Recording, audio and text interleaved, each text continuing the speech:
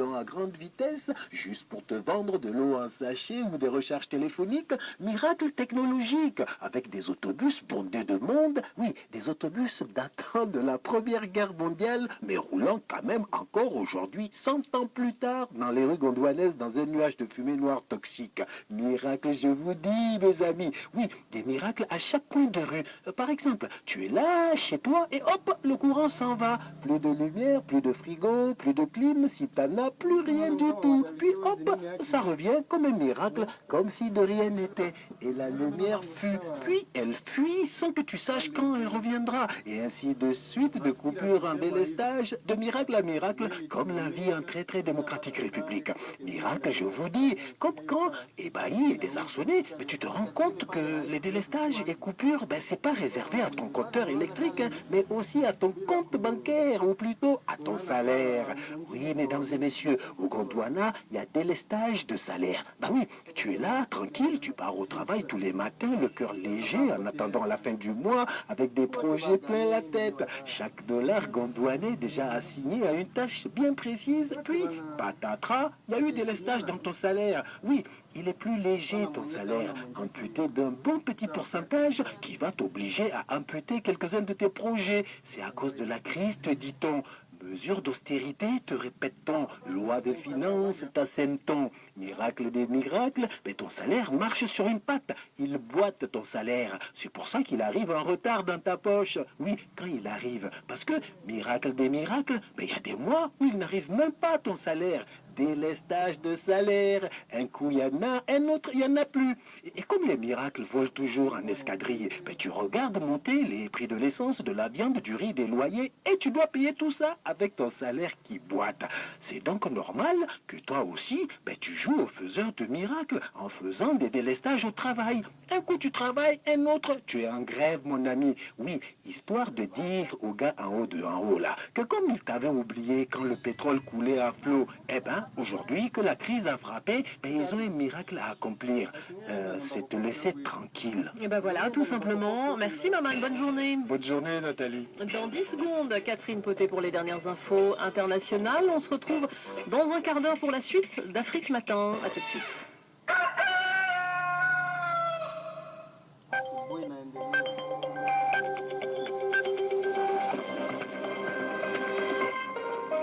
Merci d'écouter RFI, les 8h à Paris et à Tunis, 7h en temps universel.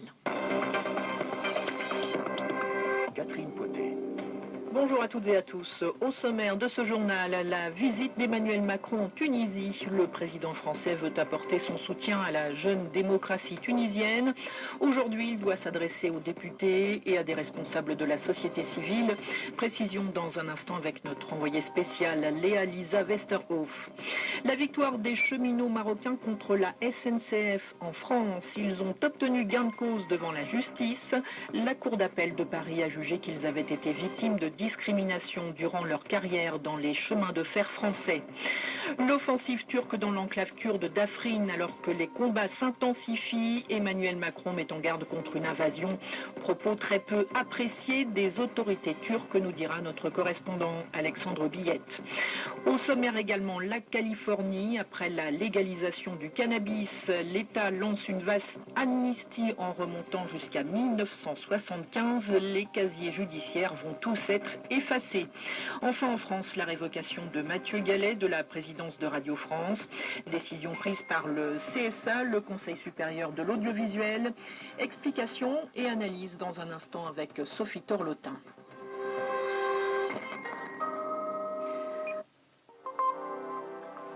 Et on commence par le point sur l'actualité internationale autour du monde avec le conflit au Proche-Orient. Déjà, d'abord, Fréjus, l'Union européenne tient à la solution à 2 États. La chef de la diplomatie de l'Union européenne, l'Italienne Federica Mogherini, l'a réaffirmé hier en Norvège. C'était lors de la première réunion extraordinaire du comité ad hoc de liaison sur le conflit israélo-palestinien.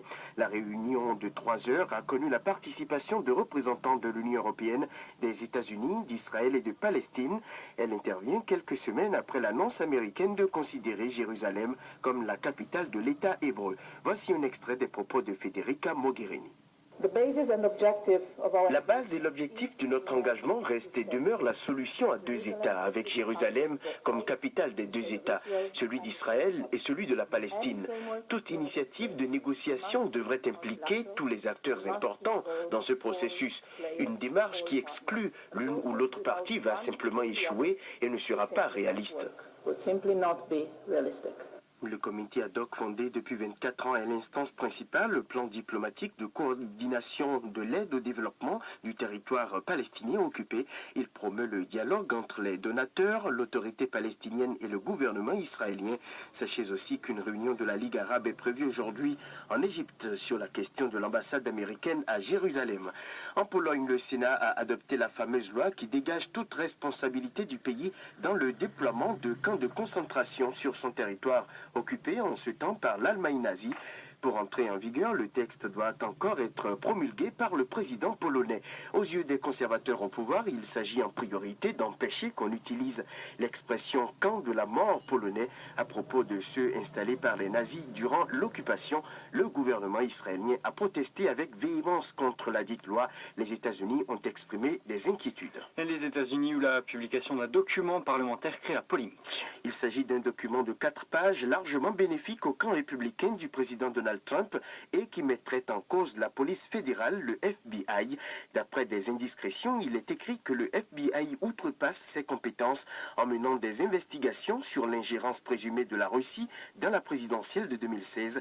Les enquêtes visant des proches du président Donald Trump, le département de la justice s'oppose à la publication du document qui contiendrait en effet des informations sensibles sur les opérations américaines de contre-espionnage. Des spéculations autour de l'état de santé de Silvio Berlusconi. L'ex-premier ministre italien a interrompu la campagne pour son parti en vue des élections législatives du 4 mars prochain. Pour certains, l'homme de 81 ans y a été contraint pour des raisons de santé.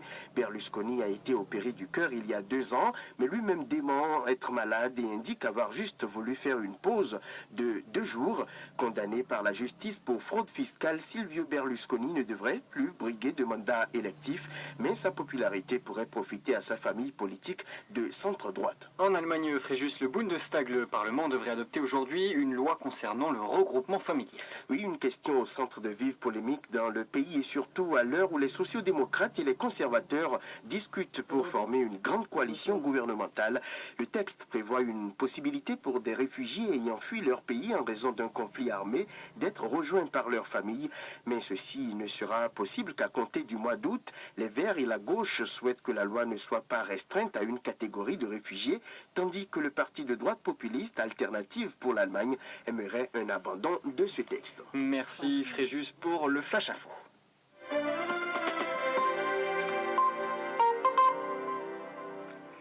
On le disait en titre juste avant votre flash, Fréjus, cela fait 1 an, jour pour jour, qu'Étienne Tshisekedi est mort. Oui, le leader et père fondateur de l'Union pour la démocratie et le progrès social en RDC s'éteignait à Bruxelles le 1er février 2017.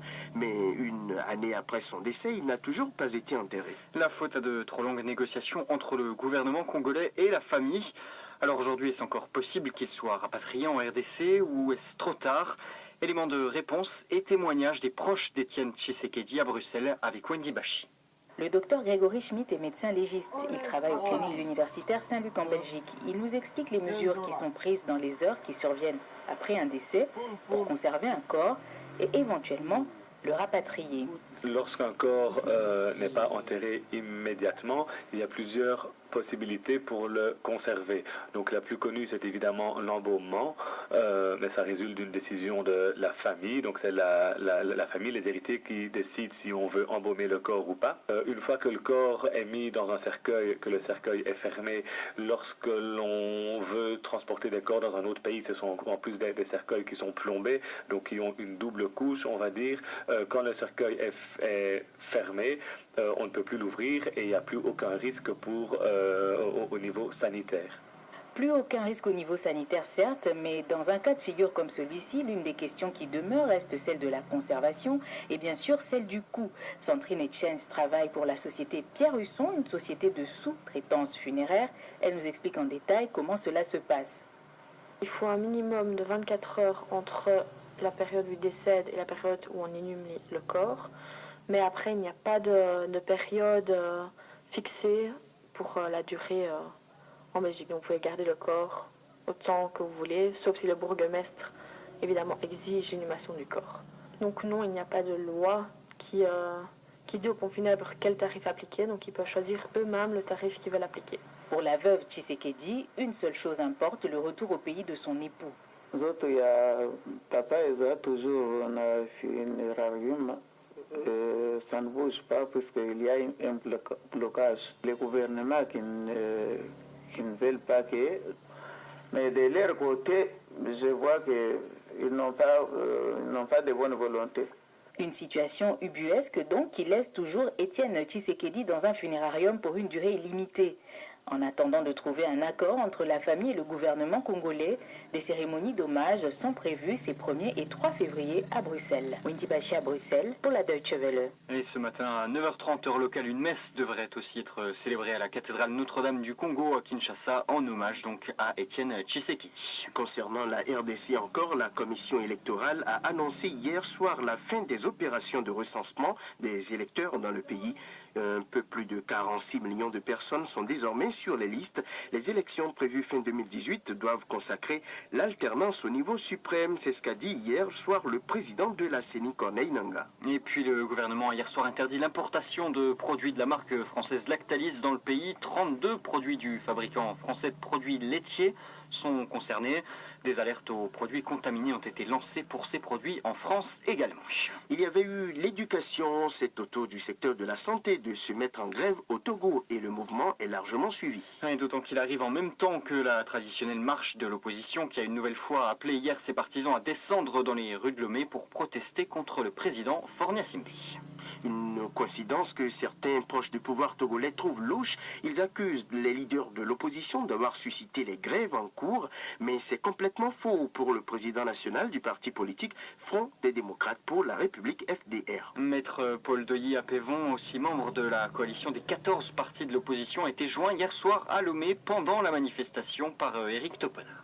Ce n'est pas nous qui avons demandé aux enseignants, aux médecins de se mettre en grève, mais tout ça là, ça participe à l'environnement qui est totalement faisanté chez nous. Tout est en train d'avoir l'eau, donc c'est tous les secteurs qui ressentent la difficulté à leur niveau et c'est ça qui se passe actuellement. Ouais, et vous n'avez pas peur d'être accusé par le pouvoir de faire de la récupération politique? Et ils n'ont qu'à aller interroger les syndicats qui sont aujourd'hui en grève pour savoir si c'est nous qui les avons aiguillonnés à se mettre en grève. Pour les enseignants, c'est quelque chose qui date depuis plusieurs années déjà. À chaque rentrée, il y a toujours des mouvements d'enseignants. C'est un problème qu'ils n'ont jamais réussi à régler. Oui, donc... Le problème des médecins aussi, qui réclament des meilleures conditions de travail, ça aussi, ça ne date pas d'aujourd'hui. Quand le problème n'est pas réglé, il ne faut pas nous accuser que c'est nous qui avons suscité l'envie aux gens de se mettre en mouvement. Et bien évidemment, l'opposition se frotte les mains, hein, c'est ça? On se frotte les mains. Mais oui, mais tout ce qui peut nous aider aujourd'hui à nous faire entendre.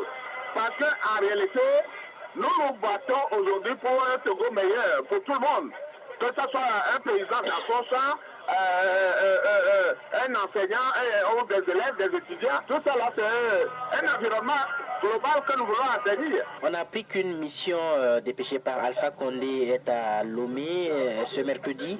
Est-ce que l'opposition va rencontrer la délégation pour une éventuelle médiation? Oui, mais ce n'est pas une question d'être prêt. Nous sommes toujours disposés à tout moment à rencontrer tous ceux qui veulent venir nous aider à régler notre affaire. Si le ministre vient pour nous rencontrer, nous sommes tout à fait disposés à le rencontrer. Et donc les revendications de l'opposition togolaise n'ont pas changé, hein, le départ du pouvoir de Faure Gnassingbe?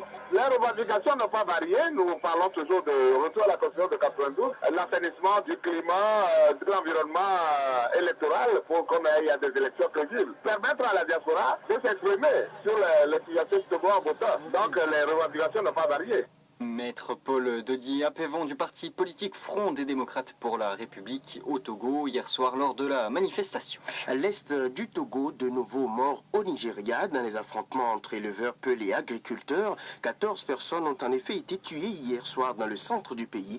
Une enquête a une nouvelle fois été ouverte comme dans beaucoup d'attaques récentes. Le week-end dernier, 2 éleveurs avaient déjà disparu et 73 bêtes abattues. 100 personnes sont mortes depuis le début de l'année. Et puis au Nigeria encore, encore, on recense 4 morts aussi après un attentat suicide à Maïdougouri dans le nord-est. Ça s'est passé dans un camp pour personnes déplacées. La kamikaze soupçonnée d'appartenir à Boko Haram par le gouvernement, et c'est le gouvernement qui la soupçonne donc d'appartenir à Boko Haram, a aussi fait 44 blessés. Il y a 15 jours déjà, 10 personnes avaient été tuées lors d'un attentat suicide sur un marché en périphérie de la ville. Il est 7h12 en temps universel.